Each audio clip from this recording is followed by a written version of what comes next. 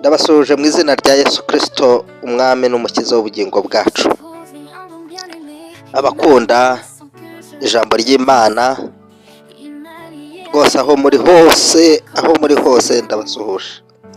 Nitwa François Tuyizere, kugira ngo tuganire ku kiganiro nateguye uyu munsi cyitwa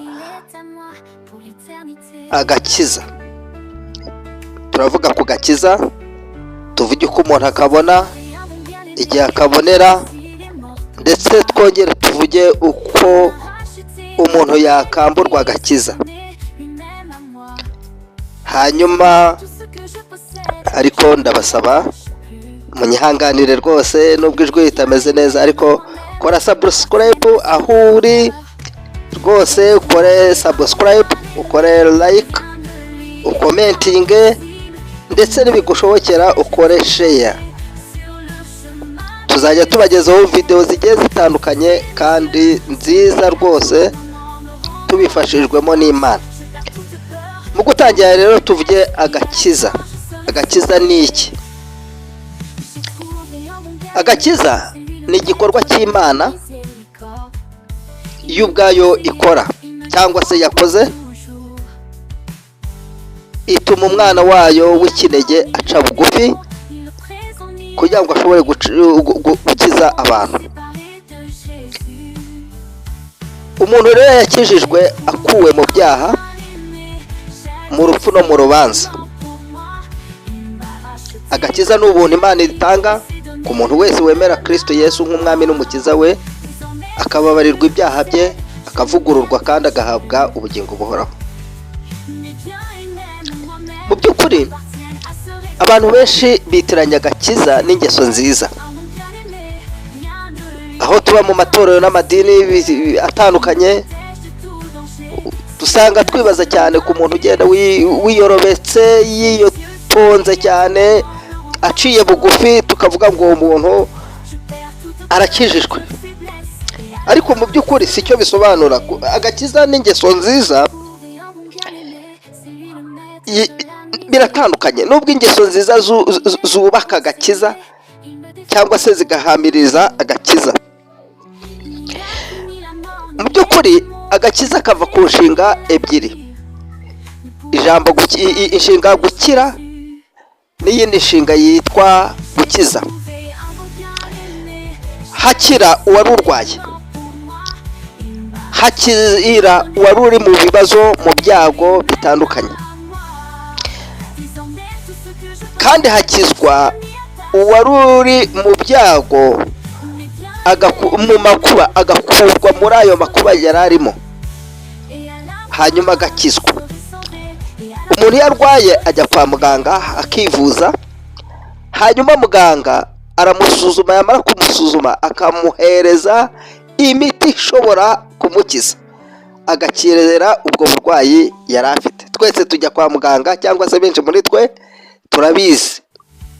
Kristo Yesu rero nawe yaje nk'umukiza, ni nk'umuti. Ni umuti w'ibyaha, ni umuti w'urubanza, ni umuti w'urupfu rwari ku bantu. Agakiza kaje ryari? Ninde wakazanye? Navuze ko agakiza ni Kristo, ni nawe wakazanye. Dusubiye mu itangiriro, mu iremwa ry'umuntu, Imana yaremye umuntu ari mwiza, irema umugabo n'umugore. Biratubwira ngo Adamu akiremwa yari afite kamere y'abantu babiri. Yari afite kamere y'umugabo na kamere y'umugore, kuko yitwaga Adamu. Ariko Imana ibona ko atari byiza ko agira izo kamere zombi. Imana imuremera umufasha. Igihe cyarageze baracumura. Hari ibiti bitatu byari biteye muri Edeni, babuzwamo kimwe kukirya. Bakibuzwa n'Imana igiti cy'ubwenge kimenyesha ikibi n'icyiza. Bahabwa kurya ku bindi biti bisanzwe ndetse n'igiti cy'ubugingo. Ariko umwanzi Satani arabatera, amaze kubatera arabashuka, nuko barya kuri cya giti Imana yari yarababujije, igiti cy'ubwenge kimenyesha ikibi n'icyiza. Baba baracumuye, bacumura ku Mana, hanyuma bamaze gucumura ku Mana baba bikongereje uburakari. Biratubwira ngo rero bakimara kurya kw'icyo giti barapfuye. Ntabwo bapfuye mu buryo bw'umubiri, ahubwo bapfuye mu buryo bw'ubugingo. Ubugingo bwabo bwarapfuye, kuko cya giti cy'ubugingo iyo bakiryagaho bahoranaga ubugingo, bahoraga bariho mu mwuka. Ariko bakimara kurya ku giti cy'ubwenge kimenyesha ikibi n'icyiza, bahise bapfa mu bugingo. Bamaze gupfa mu bugingo batandukanywa n'Imana.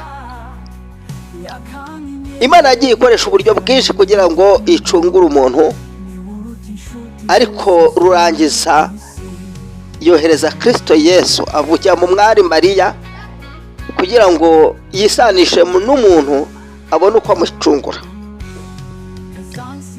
Dusomye mu gitabo cy'Abefeso ibice 2, gitabo Pawulo yandikiye cyangwa se urwandiko Pawulo yandikiye Abefeso ibice byaho 2, turasoma umurongo wa 8 tugere ku murongo wa 9. Haragira hati: mwakijijwe n'ubuntu kubwo kwizera, ntibyavuye kuri mwe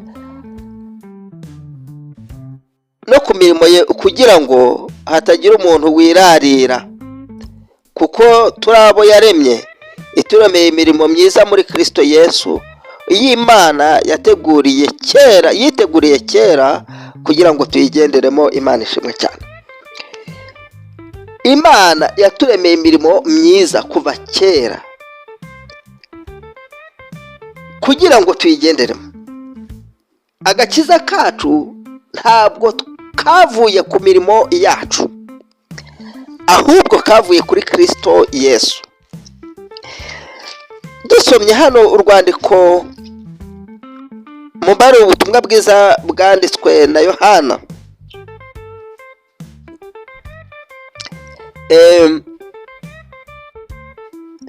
tugasoma ibice 3 umurongo wa 16. Haragira ngo kuko Imana yakunze abari mu isi cyane, byatumye itanga umwana wayo w'ikinege, kugira ngo umwizera wese atarimbuka, ahubwo ahabwe ubugingo buhoraho. Umurongo wa 17 haragira hati: kuko Imana itatumye umwana wayo mu isi gucira abari mu isi ho iteka, ahubwo yabikoreye kugira ngo abari mu isi bakizwe nawe. Imana ishimwe cyane. Ibi biratugarura kuri ya ntego yacu yo kuvuga ngo umuntu akizwa ate, agakiza niki. Nabisobanuye mu ntangiriro. Kristo yasanze turi mu byaha, twarapfuye mu buryo bw'ubugingo, twaratandukanyijwe n'Imana. Icyo yaje gukora ni ukudukura mu rupfu mu buryo bw'umwuka, hanyuma akadukiza, akatujyana mu bugingo buhoraho butuma duhorana n'Imana iteka. Ibyo byanyuze hehe? Byanyuze mu rupfu no kuzuka bya Kristo. Dusomye urwandiko Pawulo yandikiye Tito,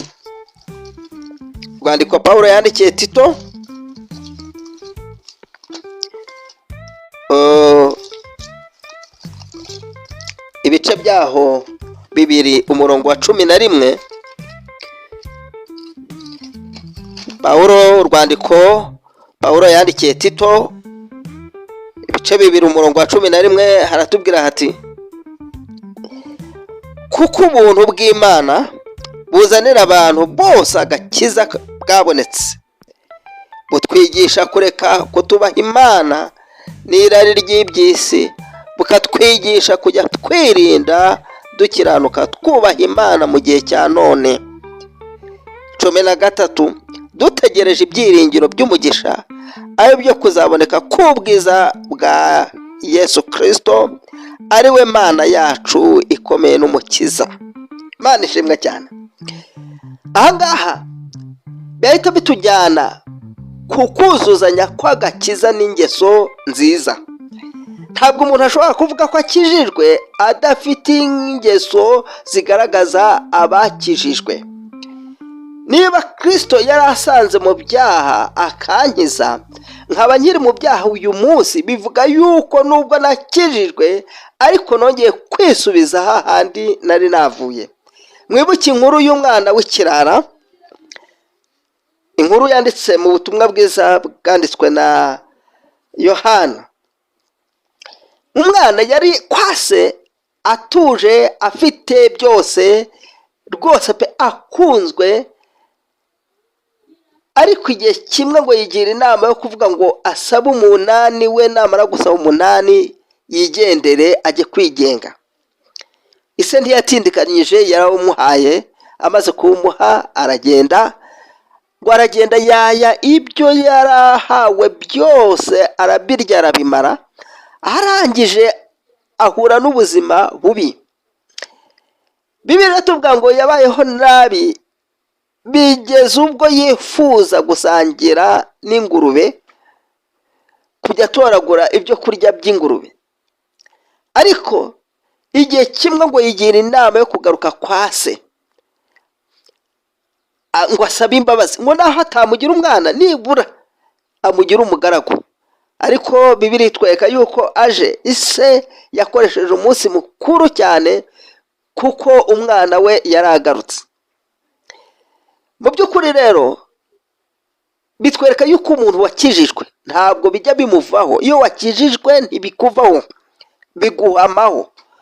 Ahubwo twebwe nitwe twihemukira, tukikura mu gakiza, tukongera tukisubiza muri bya byago twari twavuyemo, hanyuma twahuriramo n'ibibazo n'intambara n'ibiki byose, tukavuga ngo Imana ntabwo ngo ituzi, ntigize gute. Ariko ni twebwe tuba twijyanyemo. Ingaruka si zivuye ku Mana, ahubwo ingaruka ziva muri bya byaha twagiyemo. Imana itugirire neza cyane. Umuntu abona agakiza ate? Nabisobanuye.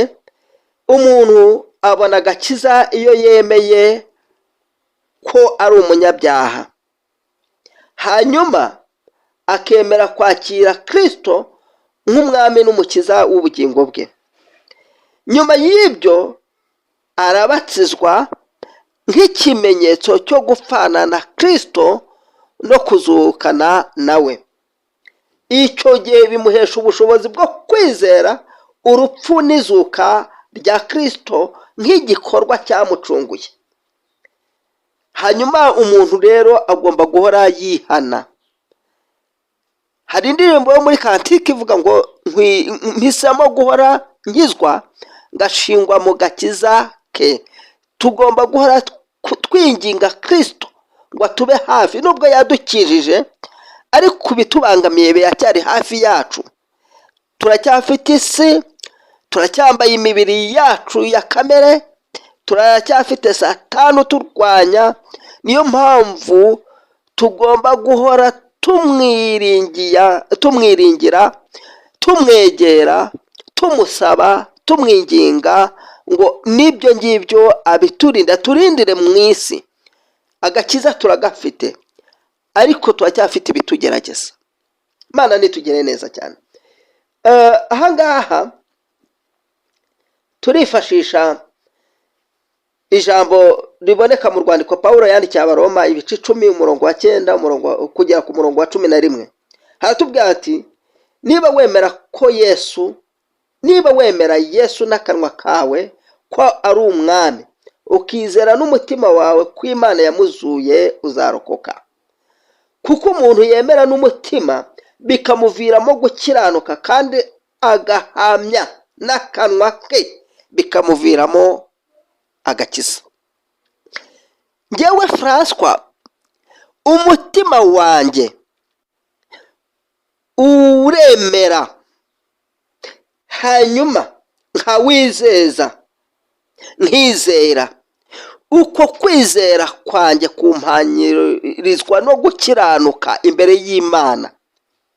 Hanyuma nkatuza akanwa kanjye yuko Yesu Kristo ari umwami n'umukiza w'ubugingo bwanjye. Ibyo bimpanyirizwa n'agakiza, nibyo bisobanuye agakiza kuri njye. Ibyakozwe n'intumwa ibice 3 umurongo wa 19 haravuga hati nimwihane musubire ku Mana kugira ngo ibyaha byanyu bisibanganywe.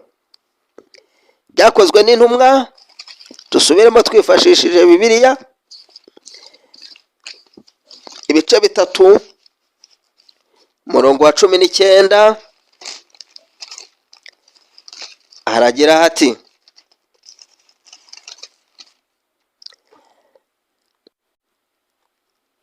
nuko mwihane muhindukire ibyaha byanyu bihanagurwe, ngo iminsi yo guhemburwa ibone kwiza ituruka ku mwami Imana itugirire neza cyane. Ubu butumwa bwavuzwe na Pawulo,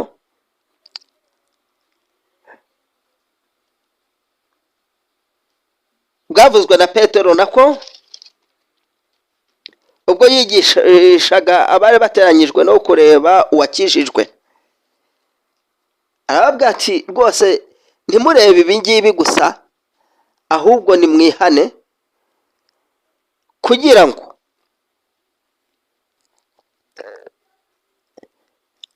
muhindukire ibyaha byanyu bihanagurwe, kugira ngo iminsi yo guhemburwa ibone uko ibageraho, ije cyangwa se iza iturutse ku Mana Data wa twese. Iri jambo ryavugaga agakiza bisobanura Kristo nyirizina. Iri jambo Petero yavuze abwira abariya abantu ryasobanuraga Kristo, akabwira abantu ngo mwemere ibyaha byanyu, mwemere gukizwa, mwatuze iminwa yanyu, kugira ngo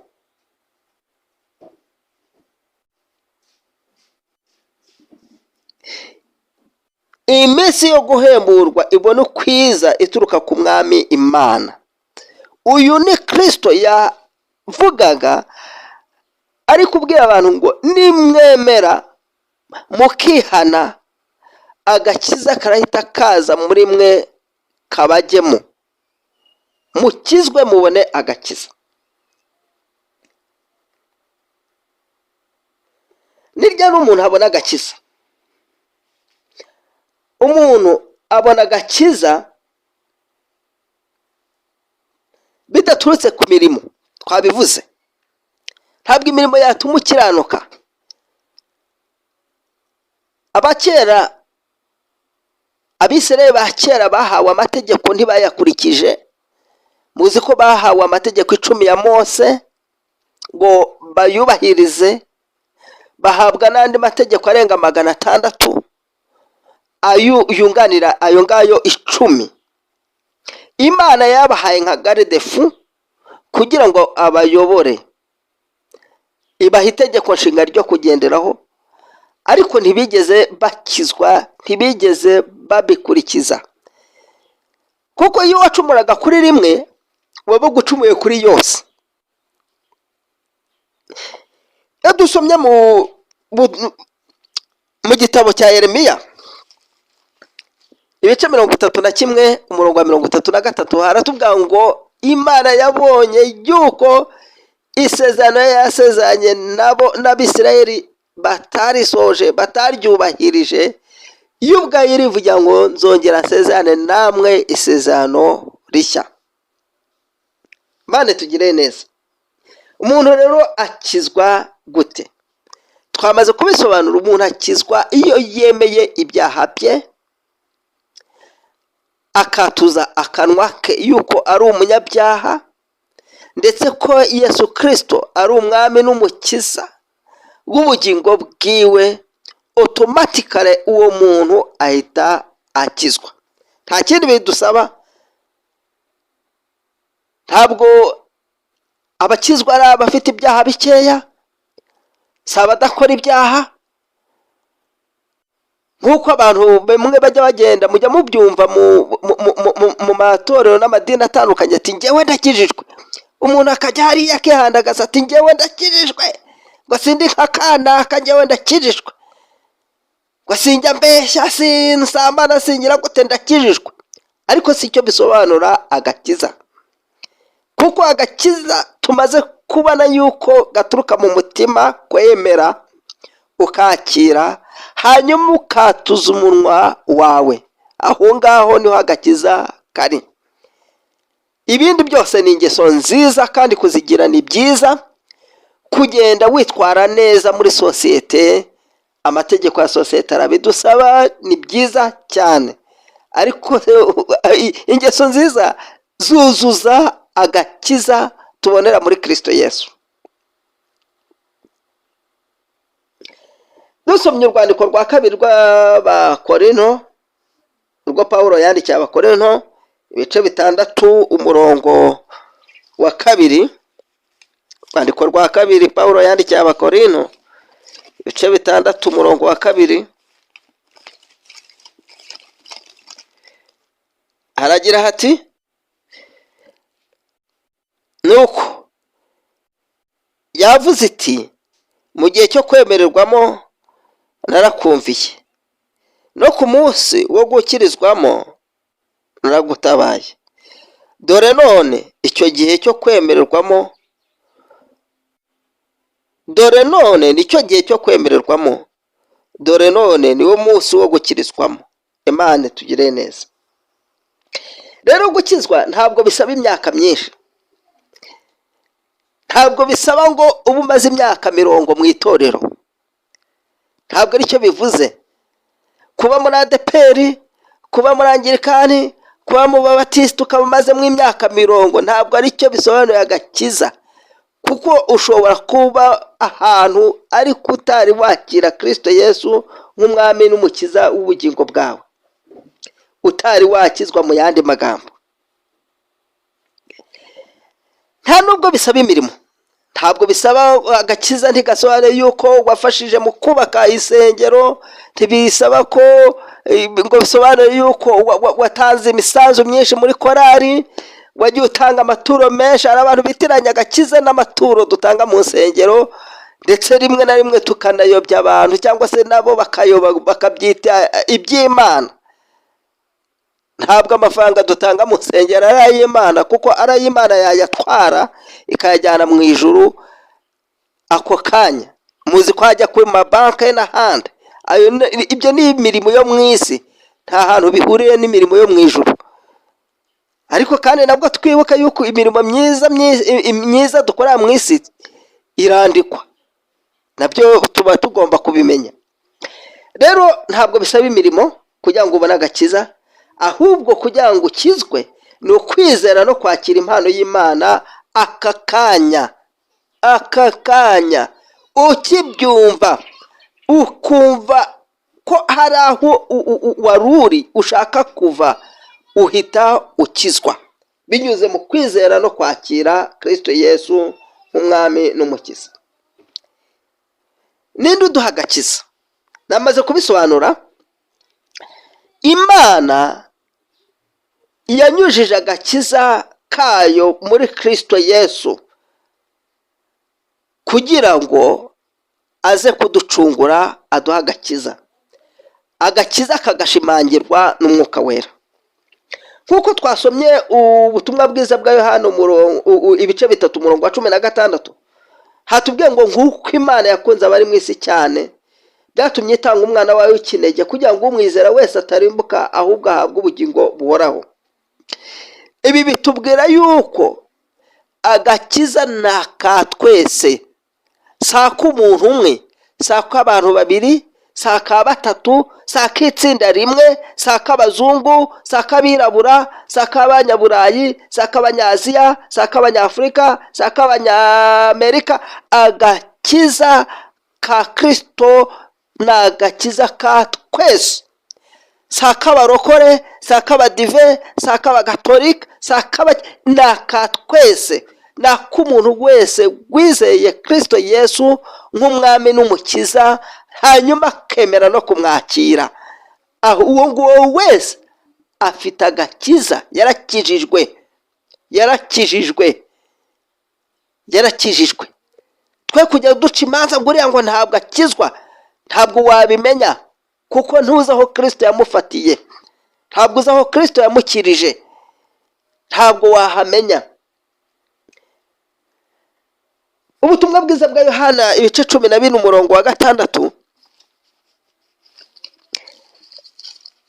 haratubwira hati, Yesu aramusubiza ati, ni njye nzira n'ukuri n'ubugingo, ntawe ujya kwa Data ntamujyanye. Iyaba mwaramenye muba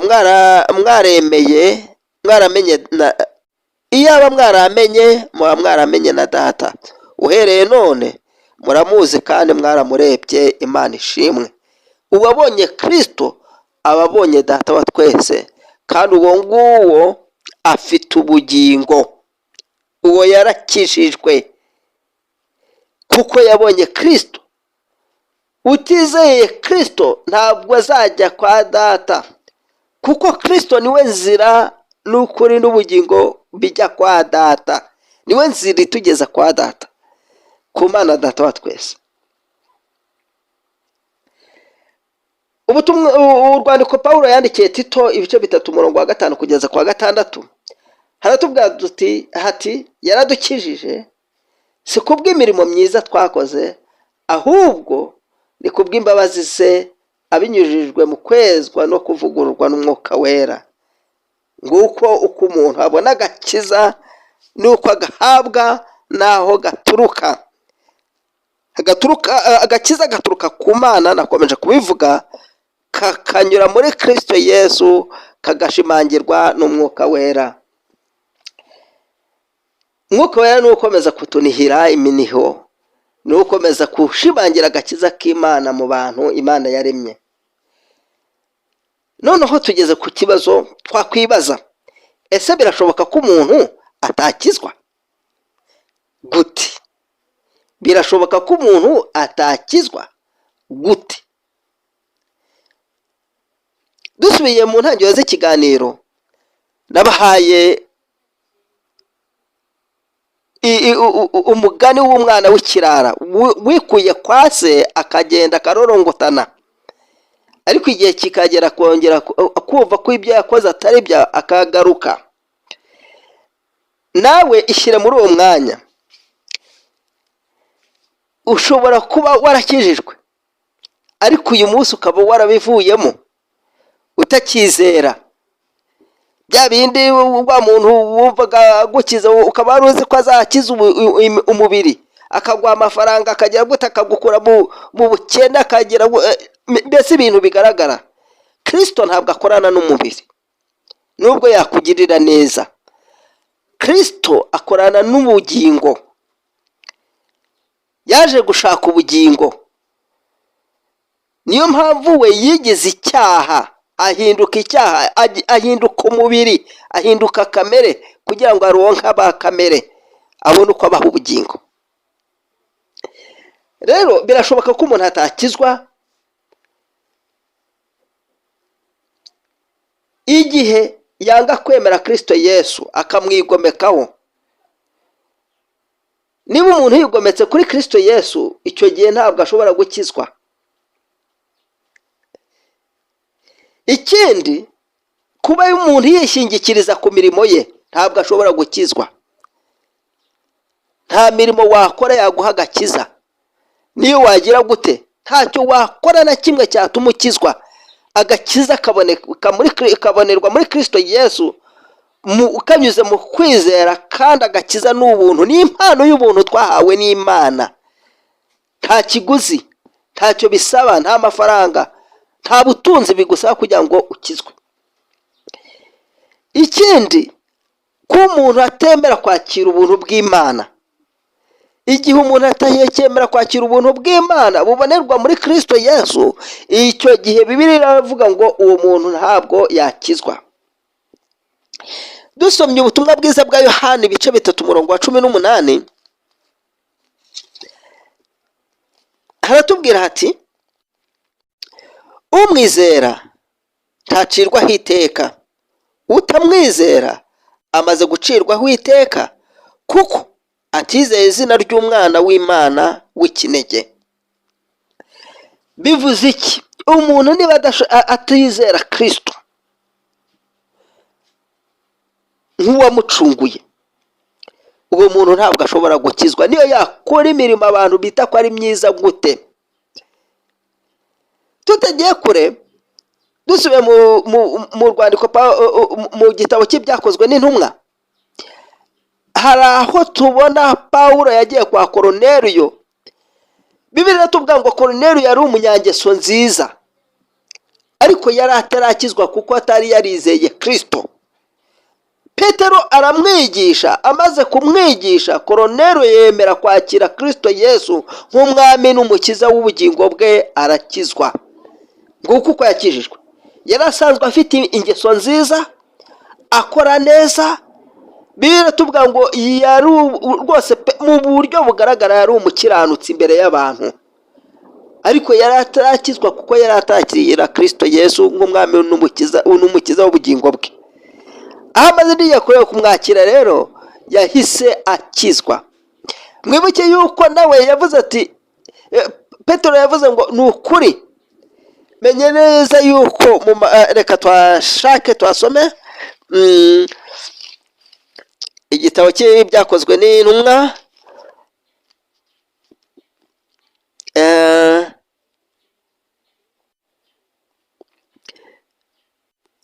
yaravuze ati, menye neza ko mu mahanga yose Imana itagirobanura ku butoni, umuntu wese uyizeye arakizwa.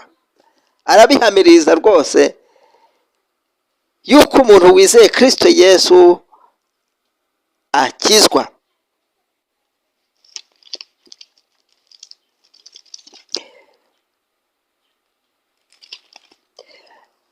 Dukomeje mu rwandiko Pawulo yandikiye Abaroma igice cya mbere, Abaroma igice cya mbere umurongo wa 21 kugera kuri 22, aratubwira ati, kuko ubwo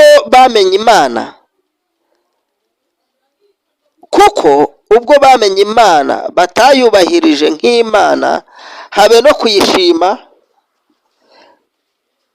kuyishima, ahubwo bahinduka abibwira ibitagira umumaro, maze imitima yabo y'ibirimarima icura umwijima.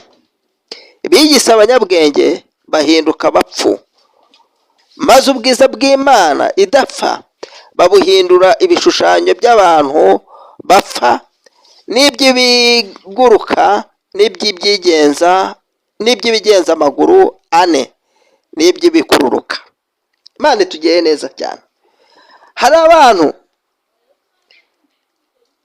batizera, ahubwo bishyireho ubwenge bwabo, bagira ibyo babaza, babishyira imbere yabo kugira ngo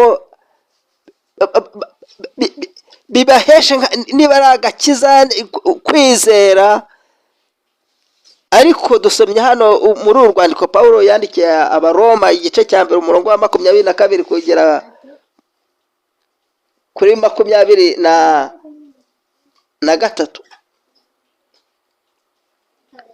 21 kugera kuri 22.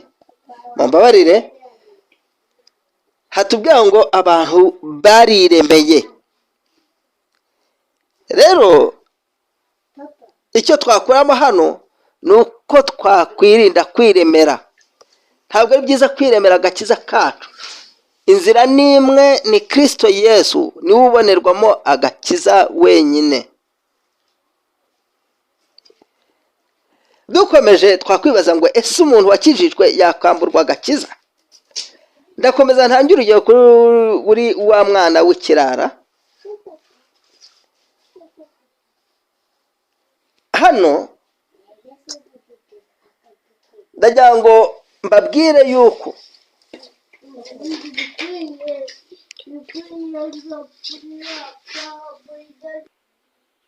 umuntu wizeye Kristo Yesu nk'umwami n'umukiza w'ubugingo bwe ntabwo ashobora gutakaza agakiza. Mu by'ukuri iyo usomye ubutumwa bwiza bwa Yohana ibice 10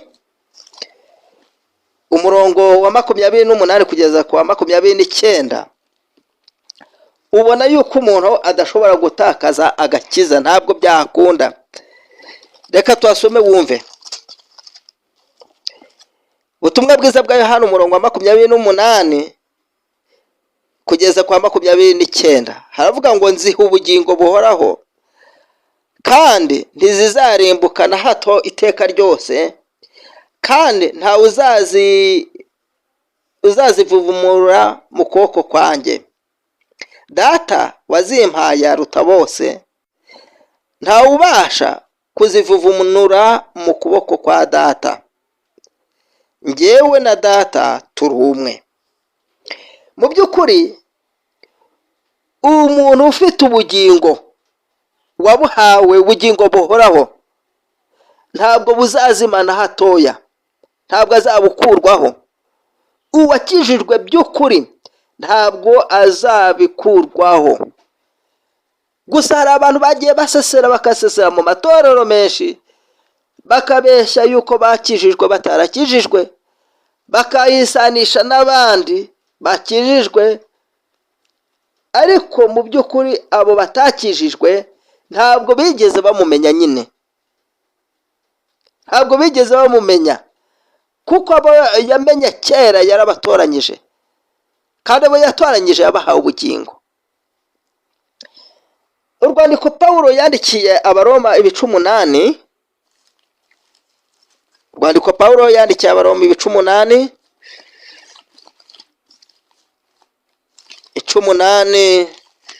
umurongo wa 38 kugera kwa 39 aratubwira hati, eka duhere kwa 37: oya, ahubwo muri byose turushirizwaho kunesha n'uwadukunze, kuko menye neza yuko naho rwaba urupfu cyangwa ubugingo cyangwa abamarayika cyangwa abategeka cyangwa ibiriho cyangwa ibizaba cyangwa abafite ubushobozi cyangwa uburebure bw'igihagararo cyangwa uburebure bw'ikijyepfo cyangwa ikindi cyaremwe cyose bitazabasha kudutandukanya n'urukundo rw'Imana ruri muri Kristo Yesu umwami wacu. Imana ishimwe. Haleluya. Imana ihabwe icyubahiro. Nta kintu na kimwe cyabasha kudutandukanya n'urukundo rwa Kristo. Nta wadukuraho agakiza twahawe, twaboneye muri Kristo Yesu. Kristo niwe gakiza kacu, niwe waducunguje amaraso y'igiciro cyinshi, atubera umutambyi umwe rukumbi. Ibitambo n'abatambyi bikurwaho, niko urwandiko rw'Abaheburayo ruvuga. Urwandiko rw'Abaheburayo nicyo rutubwira. Ibitambo n'abatambyi byakuweho, bikurwaho n'igitambo kimwe gusa cya Kristo Yesu. Imana itugirire neza kandi ishimwe. Rero umuntu wamenye Kristo Yesu ntabwo bishoboka ngo akurweho agakiza. Uwakijijwe yarakijijwe, ariko kandi nabwo hari igihe abantu bateshuka.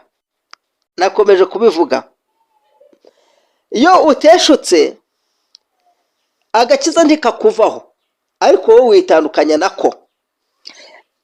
Dusomye urwandiko rw'Abaheburayo ibice 6 umurongo wa 4 kugeza kwa 6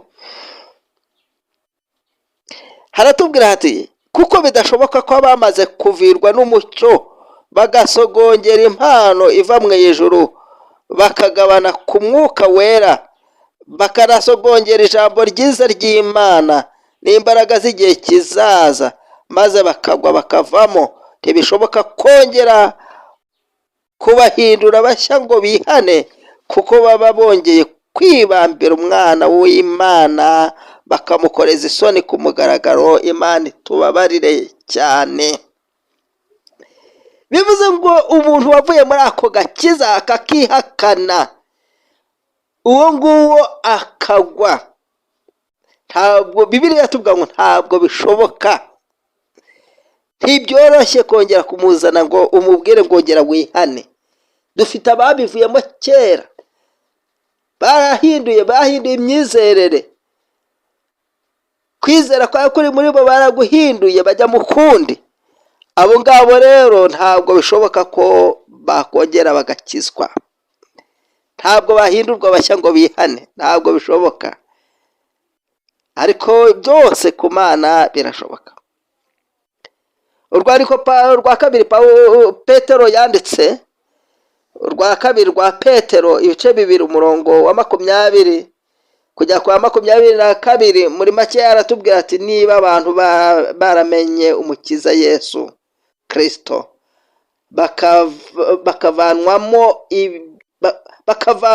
bakavanwamo n'iby'isi, hanyuma bakongera kubigarurwamo, amaherezo yabo aba mabi kurushirizwa ibya mbere. Urwandiko rwa kabiri rwa Petero ibice 2 umurongo wa 20 kujya kuri 22. Twumva icyo Bibiliya tubwira, nubwo nari mbivuze muri makeya. Niba kumenya neza Yesu Kristo umwami wacu n'umukiza kwarabateye guhunga bakava mu by'isi byonona, maze bakongera kubyizingitiranyirizamo bikabanesha, ibya nyuma byabo biba birushije ibya mbere kuba bibi. Imana itugirire neza.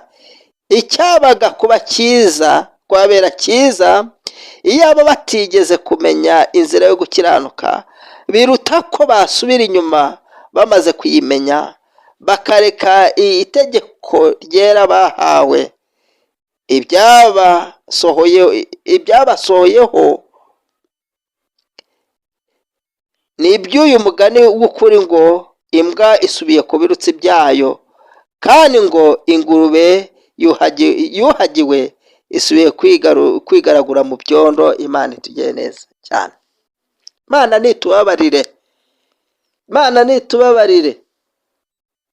Abantu benshi basubiye inyuma, bava mu by'agakiza, bari barizeye Kristo Yesu, bagaburirwa ku byo kurya by'ijuru. Abo bantu barangije barongera basubira mu byo bari baravuyemo. Petero arabihamirije ngo icyari kubabera cyiza nuko batari kuba baramenye Kristo Yesu, nuko batari kuba baramenye iyo nzira y'agakiza, kurusha uko bayimenye barangiza bagasubira inyuma. Ngo bibabera nk'umugani wo kuvuga ngo imbwa isubiye ku birutsi byayo, cyangwa se ingurube isubiye kwigaragura mu byondo kandi yari yogejwe. Imana nitugire neza cyane.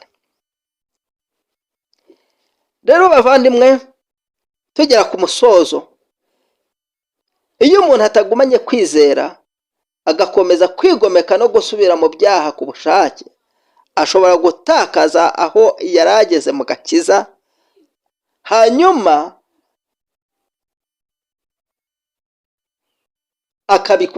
nyine aho agakiza yari afite akitandukanya nako. Agakiza ntigahinduka. Nabakomeje kubasobanura ko agakiza ni Kristo ubwe niwe waje kudukiza. Witandukanye umuntu agiye mu byaha asubiye inyuma akasubira mu byo yavuyemo, yitandukanya na Kristo, ariko niwe wijyana, si Kristo umwirukana.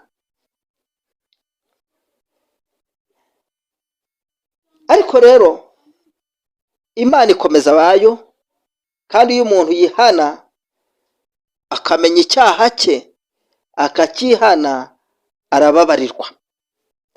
Reka dusoze n'ubu butumwa cyangwa se iri jambo riri mu rwandiko rwa mbere rwa Yohana intumwa ya Yesu, urwandiko rwa mbere rwiwe igice cya mbere umurongo wa 9, aba ariho dusoreza.